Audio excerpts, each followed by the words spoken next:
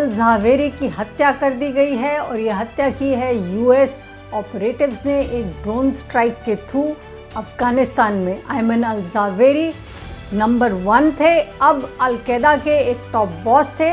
मगर आप जानते हैं जब ओसामा बिन लादेन ज़िंदा थे तब वो नंबर 2 थे, और ओसामा बिन लादेन और अयमन अल ज़ावेरी जो इजिप्ट को बिलोंग करते हैं, इन्होंने मिलकर कॉन्स्पिरेसी की थी 9/11 की, जो अमेरिका में वर्ल्ड ट्रेड टावर्स पे एक बहुत भयानक अटैक हुआ था।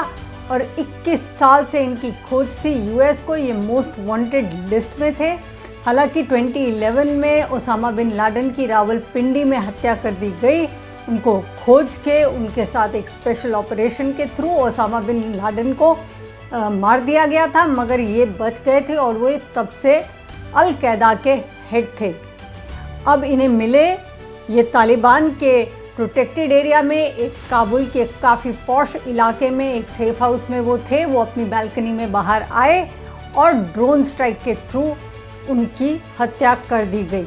अब ये बहुत ही बड़ी खबर है और इसकी बहुत ही बड़ी रेपरकशन हो सकती है, इसके इफ़ेक्ट काफ़ी होंगे। मगर मैं ज़्यादातर देखूंगी कि इंडिया पे इस किलिंग का, अयमन अल ज़ावेरी की किलिंग का क्या इम्पैक्ट होगा। सबसे पहली बात तो ये कि यहाँ पे इंडिया में इंटेलिजेंस के सूत्रों के हवाले से ऐसे कुछ ग्रुप्स हैं जिनको अल-कायदा का सपोर्ट है। तो एक तरह से वो जो अल-कायदा से एफिलिएटेड काडर हैं, वो लोग जो अल-कायदा से एफिलिएटेड ग्रुप्स हैं इंडिया में भी, वो कुछ हद तक तो डीमोरलाइज हो जाएंगे। ये इम्पैक्ट तो आएगा ही। आप जानते हैं आजकल की कुछ समय में इंटेलिजेंस एजेंसीज़ का कहना है कि एक प्रोपेगेंडा वॉर की तरह से अल-कायदा ने अपनी पॉपुलैरिटी बढ़ाने के लिए यहाँ पे काफ़ी काम किया था, और इसीलिए ये एक बहुत ही बड़ा एक सेटबैक होगा अल-कायदा के ऑपरेशन को इंडिया में। पहली बात तो ये हो गई। दूसरा पॉइंट ये है कि जो डीमोरलाइज्ड अल-कायदा के काडर या जो काडर इंडिया में है जो अल-कायदा से एफिलिएटेड थे, वो कहाँ जाएंगे। उनका एक बहुत बड़ी संभावना है कि वो लोग शिफ्ट हो जाएं ऐसे ग्रुप्स के साथ जो आईसिस के साथ लिंक्ड हैं। आईसिस या आईएसकेपी जो बोलते हैं, सीरिया का आप जानते हैं, सीरिया में जिन्होंने लड़ाई लड़ी, वो इनसे भी ज़्यादा, अल-कायदा से भी ज़्यादा रेडिकल और ख़तरनाक ग्रुप है। तो हो सकता है कि कुछ ये ऑपरेटिव्स शिफ्ट हो जाएं, अपनी इनकी एफिलिएशन शिफ्ट हो जाए आईएसआईएस आईएसकेपी की तरफ। तो ये दूसरा पॉइंट हमारे को जो इम्पैक्ट करेगा। तीसरी बात, इंडिया के एकदम बहुत ही स्ट्रेटेजिक और जियोपॉलिटिकल पॉइंट ऑफ व्यू से बहुत ही इम्पॉर्टेंट है वो ये कि अफ़गानिस्तान में अगर अयमन अल ज़ावेरी को पनाह मिली थी और वो काबुल में रह रहे थे, तो उसका मतलब ये हुआ कि अल-कायदा के लिंक तालिबान के साथ काफ़ी अच्छे होंगे। तभी तालिबान गवर्नमेंट ने अल-कायदा के टॉप बॉस को छुपने की जगह दी।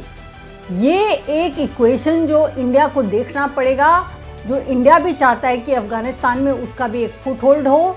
तो उसके लिए एक बहुत इम्पॉर्टेंट पॉइंट है कि वहाँ पे जो इक्वेशन है तालिबान और अल-कायदा का, वो काफ़ी क्लोज़ है।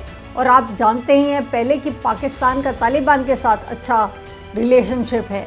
तो एक तरह से देखा जाए तो ये इंडिया के लिए मुश्किल की बात है कि ये सब इतने आपस में जुड़े हुए हैं। फोर्थ पॉइंट ये होगा कि जो लोग वहाँ पे जिन्होंने ये इन्फॉर्मेशन लीक की, वो अंदर के ही लोग होंगे। यूएस को किसी न किसी ने तो खबर दी होगी कि अयमन अल ज़ावेरी काबुल के एक घर में छिपे हुए हैं। तो वो कहाँ से खबर आई, ये एक इक्वेशन नया उभर के आएगा कि तालिबान खोज करेगा कि उनके लोगों ने बताया या हक्कानी ग्रुप ने बताया या अल-कायदा के लोगों ने बताया। तो आपस में इन लोगों का कुछ ना कुछ आपस में फ्रिक्शन या लड़ाई हो सकती है इस चीज़ को लेके कि किसने ये खबर अमेरिका को दी। ये भी एक बहुत इम्पोर्टेंट पॉइंट होगा इंडिया के पॉइंट ऑफ व्यू से कि ये लोगों का आगे क्या रिलेशनशिप रहता है।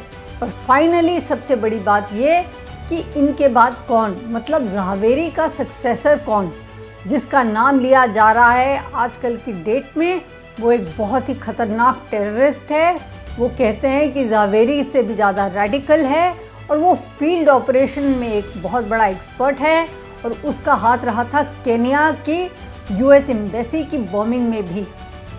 तो आगे कौन हेड बनेगा वो भी भारत के लिए बहुत ज़रूरी जानकारी रहेगी, बहुत ज़रूरी और महत्व की बात रहेगी, क्योंकि अल कायदा को क्या डायरेक्शन मिलेगा और वो कहाँ कहाँ ऑपरेट करना चाहेंगे और साउथ एशिया में उसका कितना इम्प्रिंट रहेगा, ये सब चीज़ें पे बहुत बहुत क्लोज नज़र, एक बहुत ही करीब की नज़र भारत को इन सब डेवलपमेंट्स पे रखनी होगी।